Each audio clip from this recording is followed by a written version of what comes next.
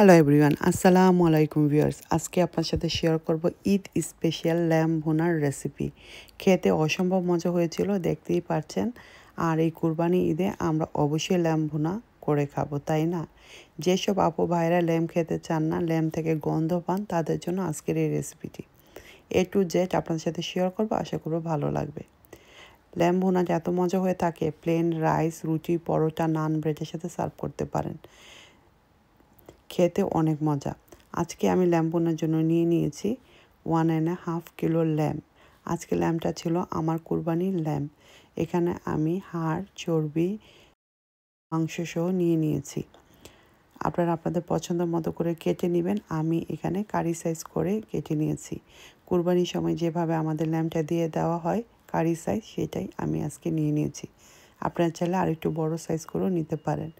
প্রথমে দিয়ে দিলাম garam masala, bay leaf, cinnamon, cardamom, cloves, ginger garlic paste দিয়ে দিলাম ফ্রোজেন 2 টেবিল স্পুন। 2টা লার্জ সাইজের অনিয়ন চপ করে কেটে দিয়ে দিয়েছি। আজকের ল্যাম্ব ভুনাটা আমি মাখিয়ে বসিয়ে দিব সিম্পলভাবে। টারমারিক দিয়ে দিলাম 1 টিস্পুন, চিলি পাউডার দিয়ে দিলাম 2 টেবিল স্পুন। আপনাদের পছন্দ মতো ঝালটা কমিয়ে বাড়িয়ে দিতে পারেন। দিয়ে দিলাম কিউমিন পাউডার, কোরিয়ান্ডার পাউডার। এখন দিয়ে দেবো একটা স্পেশাল মশলা 2 টেবিল স্পুন। এটা হাতে বানানো আমার। রেসিপিটা চাইলে আপনাদের সাথে শেয়ার করব। এখন দিয়ে দিব হাফ কাপের মতো কুকিং অয়েল। কুকিং অয়েল দিয়ে সব কিছু একসাথে ভালো করে মেখে নিতে হবে। মাংসের সাথে মশলাটাকে ভালো করে মাখাতে হবে। ভালো করে মাখানোটা খুব ভেরি ইম্পর্ট্যান্ট। যেহেতু এটা মাখিয়ে বসাবো, তার জন্য অবশ্যই ভালো করে এটাকে ম্যারিনেশন করে নিতে হবে। এটা আপনারা চাইলে ওভারনাইটও রেখে এটাকে রান্না করতে পারেন, অথবা 1 আওয়ার 2 আওয়ার রেখে রান্না করতে পারেন। আমার হাতে যেহেতু সময় ছিল না, তাই আমি হাফ অ্যান আওয়ার রেখে এটা বসিয়ে দিব। এভাবে করে রান্না করে দেখতে পারেন, আপনাদের ল্যাম্বটা খেতে অনেক মজা হবে। তাছাড়াও ল্যামের যে গন্ধটা, সেটাও কিন্তু দূর হয়ে যাবে।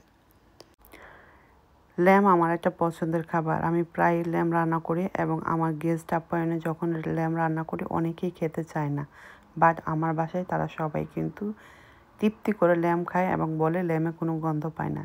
সেই কারণেই বলছে, এভাবে রান্না করলে আপনারাও কোনো গন্ধ পাবেন না। লিড দিয়ে এখন কুকারে বসিয়ে দিলাম। ল্যাম্ব থেকে যে পানিটা উঠবে, সেটা দিয়ে মাংসটাকে 30% মতো রান্না করে নিতে পারবো। যখন এরকম কষানো হয়ে যাবে, উপর দিয়ে তেল বের হয়ে যাবে, তখনই বুঝতে হবে ল্যাম্বটা কষানো হয়ে গিয়েছে। দেখতেই পেরেছেন, আমি কিন্তু লবণ দিতে ভুলে গিয়েছিলাম। এখন আমি লবণ দিয়ে দিব। এখানে আমি টেস্ট অনুযায়ী সল্ট দিয়ে দিচ্ছি। আপনারা আপনাদের পছন্দ মতো লবণ দিয়ে দিবেন। লবণ দিয়ে ভালো করে মিক্স করে নিব। কালারটা দেখতেই পাচ্ছেন কতটা সুন্দর হয়েছে। আপনারা চাইলে এখানে একটা টমেটো কেটে দিতে পারেন। যেহেতু আমার চিলিটা কালারফুল ছিল, তার জন্য এখানে আমি আর টমেটো অ্যাড করলাম না। ল্যামের মাংসটাকে ভালোভাবে কষিয়ে নিতে হবে। লিড দিয়ে দিয়ে হাই হিটে এটাকে আমি ভালো করে কষিয়ে নিয়েছি। এখন আমি হট ওয়াটার দিয়ে দিব। আমার ল্যাম্বটা সিদ্ধ হতে একটু সময় লাগবে, তার জন্য আমি পর্যাপ্ত পরিমাণে হট ওয়াটার দিয়ে দিচ্ছি। দিয়ে লিড দিয়ে এটাকে 30 to 40 মিনিট রান্না করে নিব। এর ভিতরে আমি 2 একবার মাংসটাকে নেড়ে চেড়ে দিব, যাতে নিচে দিয়ে না লেগে যায়। এটা কিন্তু অবশ্যই খেয়াল রাখতে হবে। পড়ে গেলে কিন্তু গন্ধটা, স্মেলটা খারাপ আসবে। আবারও লিড দিয়ে বসিয়ে দিলাম। দেখতেই পাচ্ছেন কালারটা কত সুন্দর হয়েছে। যখন এরকম সুন্দর অয়েল বের হয়ে যাবে, এখন আমি দিয়ে দিলাম 1 টিস্পুন এখানে ভাজা কিউমিন পাউডার, জিরা পাউডার দিয়ে দিলাম। আপনারা জিরা পাউডার, গরম মশলা পাউডার দিতে পারেন।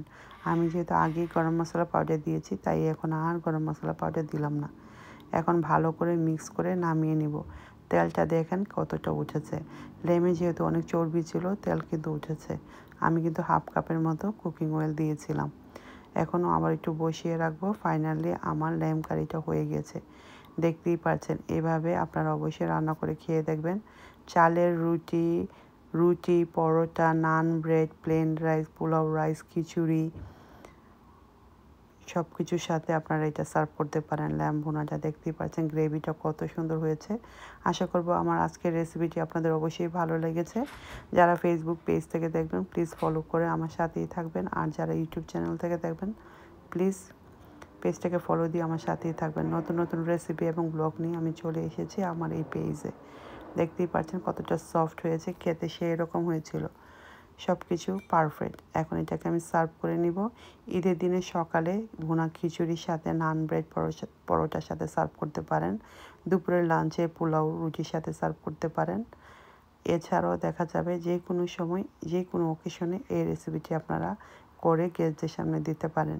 আপনি যদি কাউকে না বলেন এটা ল্যামের মাংস, কেউ বুঝতেই পারবে না যে এটা ল্যামের মাংস। একটু গন্ধ পাবে না, যারা গন্ধজনক খায় না তারাও খেয়ে ফেলবে, বুঝতেই পারবে না যে এটা ল্যামের মাংস ছিল। এভাবে একবার হলো ট্রাই করবেন। আশা করব আমার রেসিপিটি আপনাদের ভালো লেগেছে। রেসিপিটি ভালো লাগলে পেজটাকে ফলো দিয়ে আমার সাথেই থাকবেন, যারা ফেসবুক পেজ থেকে দেখবেন। আর যারা ইউটিউব চ্যানেল থেকে দেখবেন প্লিজ সাবস্ক্রাইব করে আমার সাথেই থাকবেন। খেতে অসম্ভব মজা হয়েছিল। আমি সাদা ভাতের সাথে সার্ভ করেছিলাম, সেই রকম হয়েছিল। Thank you for watching everybody. Next কোনো ভিডিওতে ব্লগে আবার আপনাদের সাথে কথা হবে, দেখা হবে। এ পর্যন্ত সবাই ভালো থাকবেন, সুস্থ থাকবেন, আমার জন্য দোয়া করবেন।